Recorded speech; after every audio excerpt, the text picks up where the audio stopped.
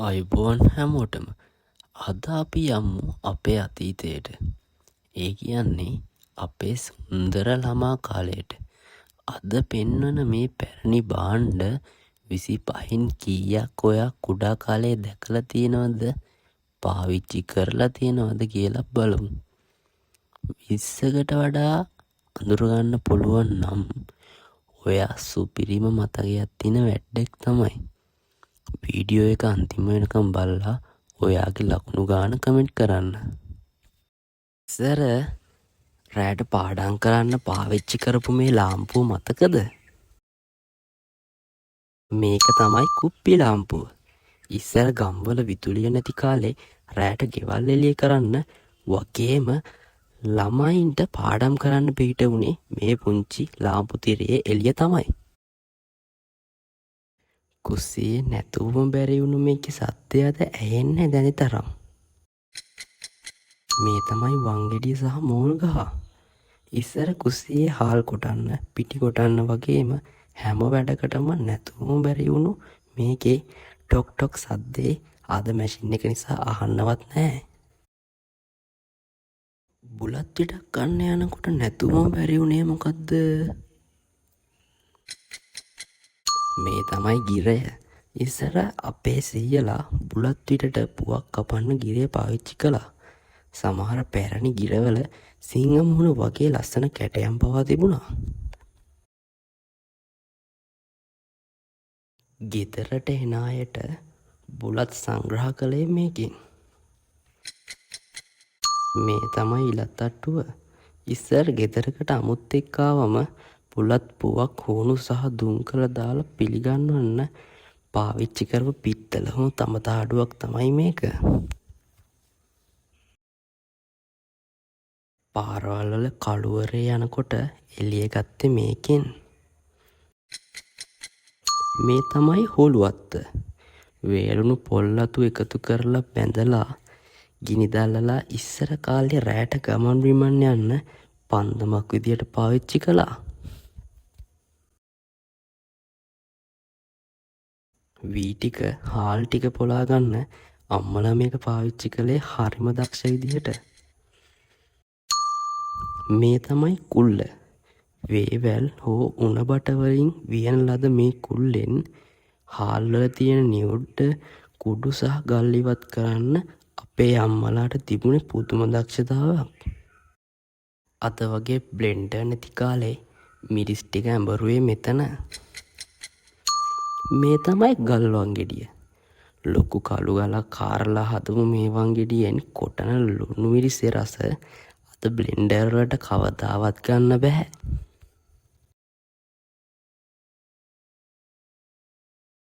ඉස්සර පන්සලේ බණ අහන්න වගේම පත්තරේ කියවන්නෙත් මේකෙන්. මේ 1980 දශකයේ ඉතාම ජනප්‍රිය වුණු සැන්යෝ සන්යාමේ රේඩියෝ කැසට් රෙකෝඩරයක්. මේක ඕනම තැනක අරන් යන්නත් පුළුවන්. රහන් කඩේ දාලා වතුර පෙරා ගන්න පාවිච්චි කරපු මැටි බඳුනක්. මේ තමයි කුරුලේත්තුව. මැටි වලින් හදපු මේ බඳුනට වතුර දාලා තිබ්බම ශීතකරණයක් නැති ඒ කාලෙත් හරිම සිසිල් සහ පිරිසිදු වතුර බොන්න ලැබුණා.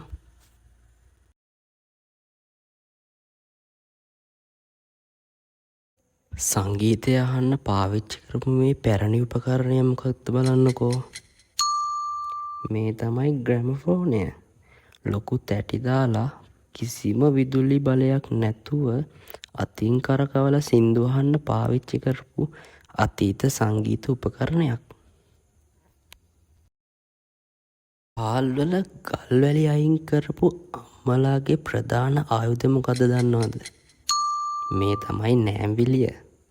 ඇතුළත කැටයම් සහිත මැටි බඳුනක් වන මෙයින් හාල් කරනකොට හාල්වල තියෙන ගල් ඇට සහ වැලි කුඩු ඉතාම ලේසියෙන් වෙන් කරගන්න පුළුවන්. ගෙදර ලොකුන් නැහැලා හවස් අරුවට වාඩි වෙලා ඉන්න පුටුව. මේ තමයි ස්තෝපු පුටුව. මේකට අපි හාන්සි පුටුව කියලාත් කියනවා. දිග අත්වාරු දෙකක් තියෙන මේ පුටුවේ වාඩි වෙලා ඉස්සර සීයලා හවස්වරුවට පත්තරේ එහෙම බලන එක සාමාන්‍ය දසුනක්. කුප්පි ලාම්පුවට වඩා ආරක්ෂිතව වත්තපාලට යන්න ගත්තේ මේක. මේ තමයි ලන්තෑරුම. වීදුරු ආවරණයක් සහිත නිසා හුළඟට නිවෙන්නේ නැහැ. ඒ කාලේ කුඹුරු වලට යන්න රැට වත්තපහලට යන්න පාවිච්චි කළේ මේක. අද කාලේ වගේ ෆෝන් නැති කාලේ ෆිල්ම් පට දාලා ෆොටෝ ගත්තේ මෙහෙම. මේ තමයි පැරණි ෆිල්ම් කැමරාව. අද වගේ ඩිලීට් කරන්න බෑ.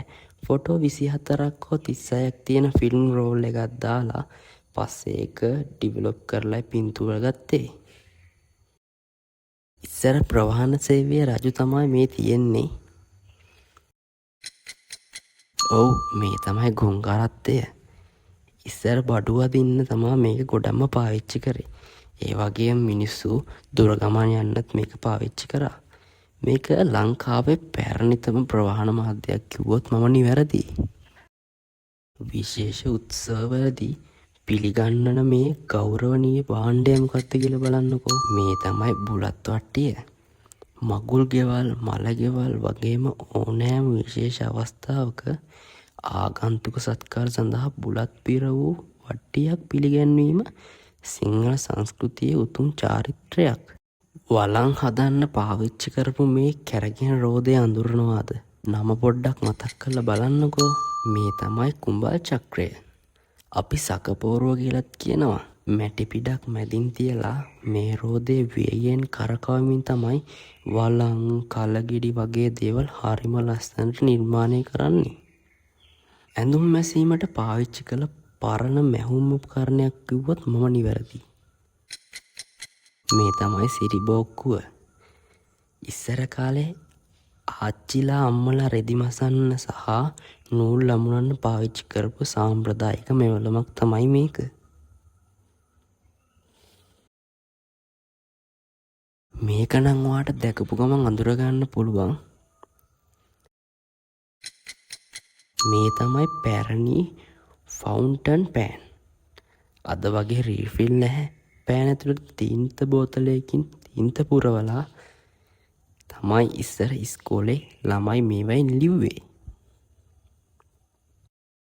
ඇඳුම් පැළඳුම් වගේම වටිනා දේවල් දාලා තියපු මේ ලී පෙට්ටිය දන්නවද? මේකට කියන්නේ පෙට්ටගම කියලා. වටිනා ලී වලින් හදපු මේ පෙට්ටිවල තමයි ඉස්සර රත්තරන් බඩු, වටිනා ඔප්පු සහ ආරක්ෂිත ඇඳුම් තැන්පත් කර.